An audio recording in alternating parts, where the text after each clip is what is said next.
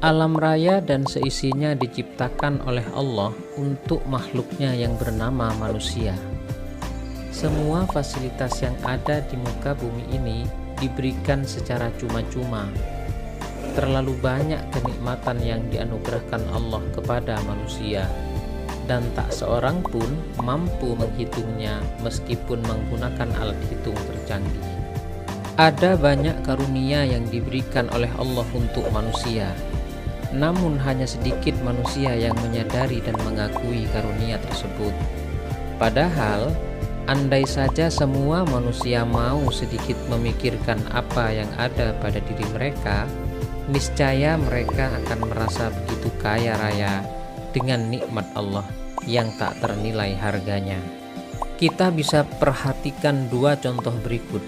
Pertama, pada umumnya ketika dalam keadaan sehat, manusia tidak menyadari bahwa kesehatan itu adalah nikmat dari Allah yang harus disyukuri.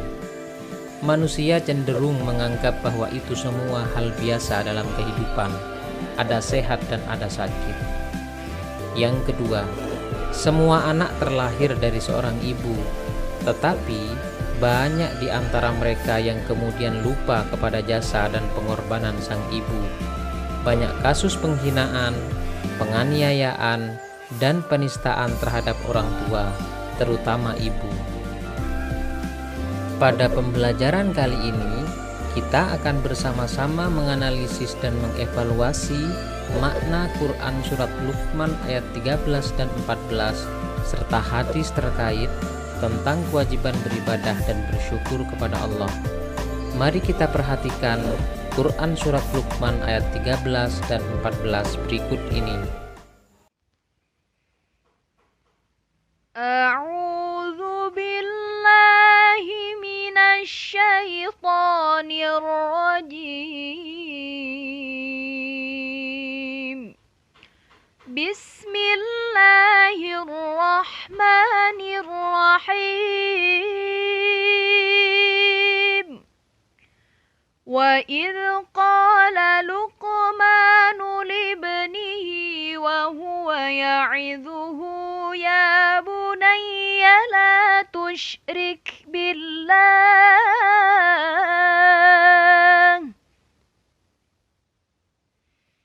inna syirka la dhulmun 'adzim.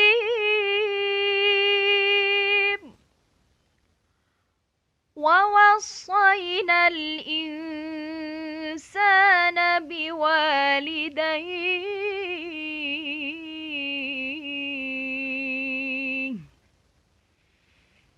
حَمَلَتْهُ أُمُّهُ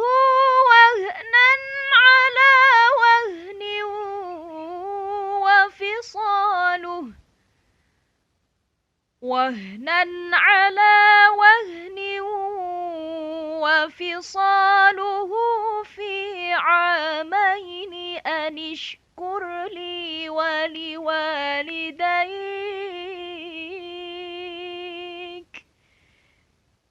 إلي المصير.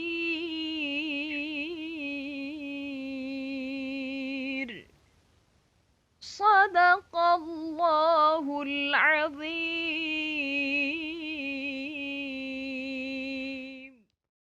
Dalam ayat ini, Luqman memulai nasihatnya dengan menekankan perlunya menghindari syirik atau mempersekutukan Allah. Larangan ini sekaligus mengandung pengajaran tentang wujud dan keesaan Allah. Pesannya merupakan larangan jangan mempersekutukan Allah untuk menekankan perlunya meninggalkan sesuatu yang buruk sebelum melaksanakan yang baik. Syukur dapat diartikan sebagai ungkapan terima kasih kepada pihak yang telah berjasa kepada kita, baik dalam bentuk moral maupun material. Ibadah adalah proses mendekatkan diri kepada Allah dengan melakukan segala yang diperintahkan dan meninggalkan segala yang dilarangnya, serta melakukan sesuatu yang diizinkannya. Bersyukur dapat ditujukan kepada Allah dan kepada manusia. Perwujudan dari syukur kepada manusia adalah dengan cara membalas perbuatan baik dengan yang lebih baik atau setidaknya sama baiknya. Walaupun dalam konteks bersyukur kepada orang tua, tidak ada perbuatan yang dapat menyamai dengan kebaikan mereka, apalagi melebihinya. Begitu pula bersyukur kepada Allah. Perwujudannya tidak lain adalah dengan beribadah, yakni melaksanakan perintahnya dan menjauhi segala larangannya. Meskipun tidak ada amal yang dapat mencukupi untuk sekadar berterima kasih atas segala limpahan nikmatnya kepada kita.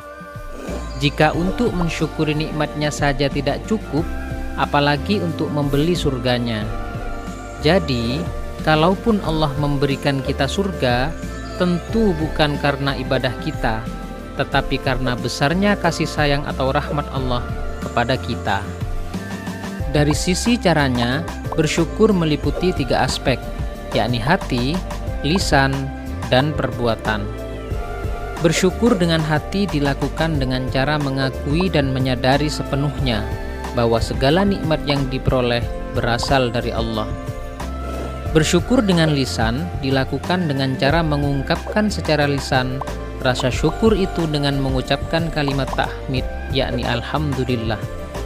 Adapun bersyukur dengan perbuatan adalah dengan cara melakukan semua perbuatan yang baik dan diridhoi oleh Allah, serta bermanfaat baik bagi diri maupun bagi sesama sebagai perwujudan dari rasa syukur tersebut. Adapun sikap dan perilaku mulia yang dapat dikembangkan dari beribadah dan bersyukur kepada Allah adalah sebagai berikut. Pertama, bersikap qanaah, yakni menerima semua jenis kenikmatan yang dianugerahkan Allah, baik yang dianggap kecil maupun besar, dengan ikhlas dan penuh kerelaan. Yang kedua, berusaha mengesahkan Allah dan tidak menyekutukannya dengan suatu apapun. Yang ketiga, berusaha mentaati Allah dalam segala keadaan dan menjauhi larangannya sebagai bentuk syukur kepadanya. Yang keempat, berbakti kepada kedua orang tua sebagai bentuk terima kasih kepada mereka atas semua perjuangan dan pengorbanannya dari sejak dalam kandungan hingga saat ini. Serta yang kelima, memperbanyak amal solih atau perbuatan yang bermanfaat bagi sesama sebagai bentuk nyata dari ungkapan rasa syukur kepada Allah.